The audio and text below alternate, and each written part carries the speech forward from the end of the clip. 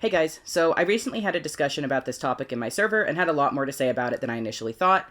I want to give a special thanks to Ricegorm and my partner Nonim for talking about this. If you want to be a part of discussions like this or suggest video topics, check out the link in the description to join. My server is also now 18 plus, so please keep that in mind. Anyway, without further ado, let's just get into the video.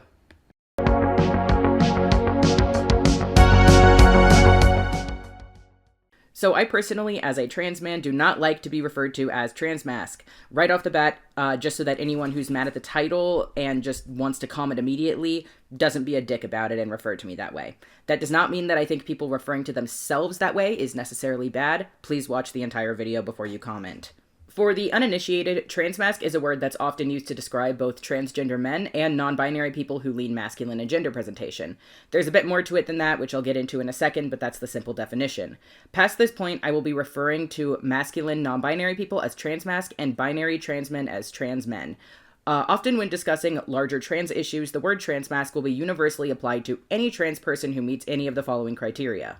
1. Identifies as a binary trans man. 2. Identifies as non-binary, but presents male. And 3. Anyone who considers maleness or masculinity a part of their identity, even if they do not present that way.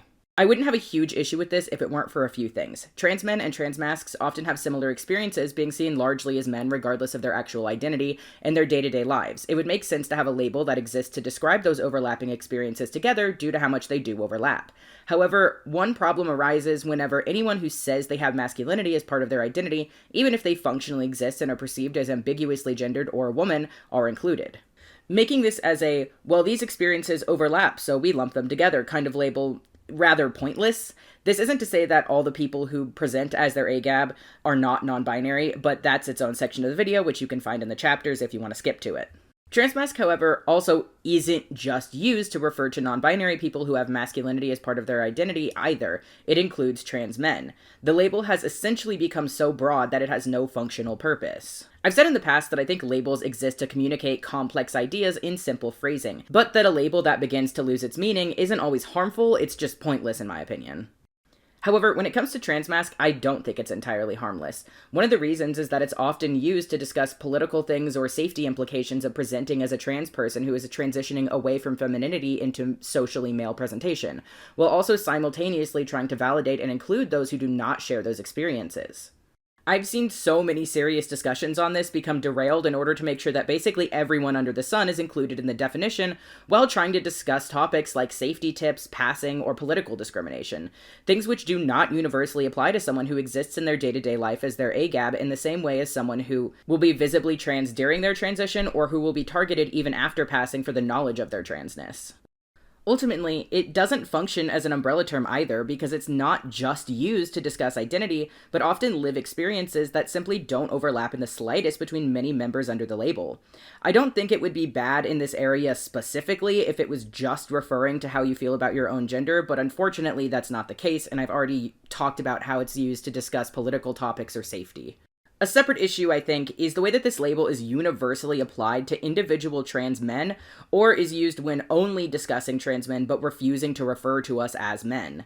Before continuing this section, I don't think that there's anything wrong with trans men calling themselves transmasc. If you like the word on yourself, that's totally fine, but many trans men are off-put by the insistence or often the automatic labeling of themselves by others as transmasc over trans men or just, well, men. Transmasc is a label that's often applied to all trans men, whether talking to an individual or as a group, without consideration for whether that person actually uses the label. Many trans men want to move on with their lives and be stealth after transition, and don't see transness as a part of their identity, or simply feel uncomfortable with being referred to as something that's often viewed as its own separate gender from being a binary man.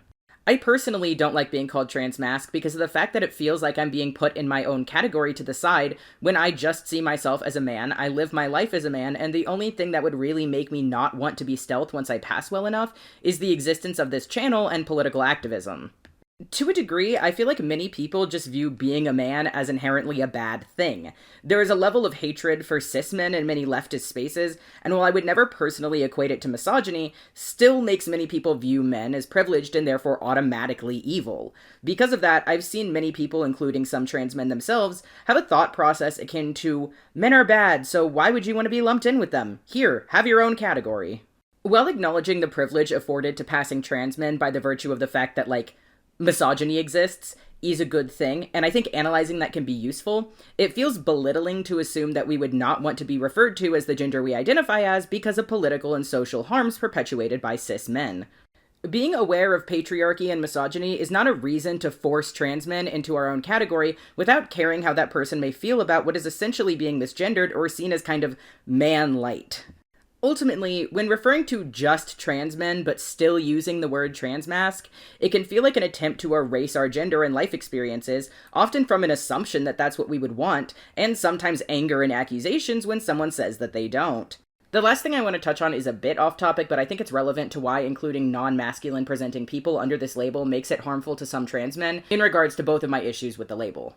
I personally am not going to say that a non-binary person who is not 100% androgynous is not non-binary. I have two non-binary friends in real life, one who's AFAB and one who's AMAB, and both would probably be seen by a conservative as presenting with the social expectations of their birth gender for things like having long hair or a beard. And I know both of these people really well. I would not hesitate to actually bite someone who's disrespectful to them about their transness. We share experiences as trans people, but my personal experiences are not the same as theirs as non-binary people, and that's why umbrella labels like non-binary or transgender exist, to describe experiences shared by people and have a word or community to understand it better. My main purpose in mentioning people who present femininely being included under the term transmasc, regardless of that person's birth sex, is that the label transmasc does not serve to explain shared experiences between a feminine non-binary person and a binary trans man, and yet is used when discussing political and safety tips for two trans peoples whose main shared experiences are explained to their complete extent through them both being trans.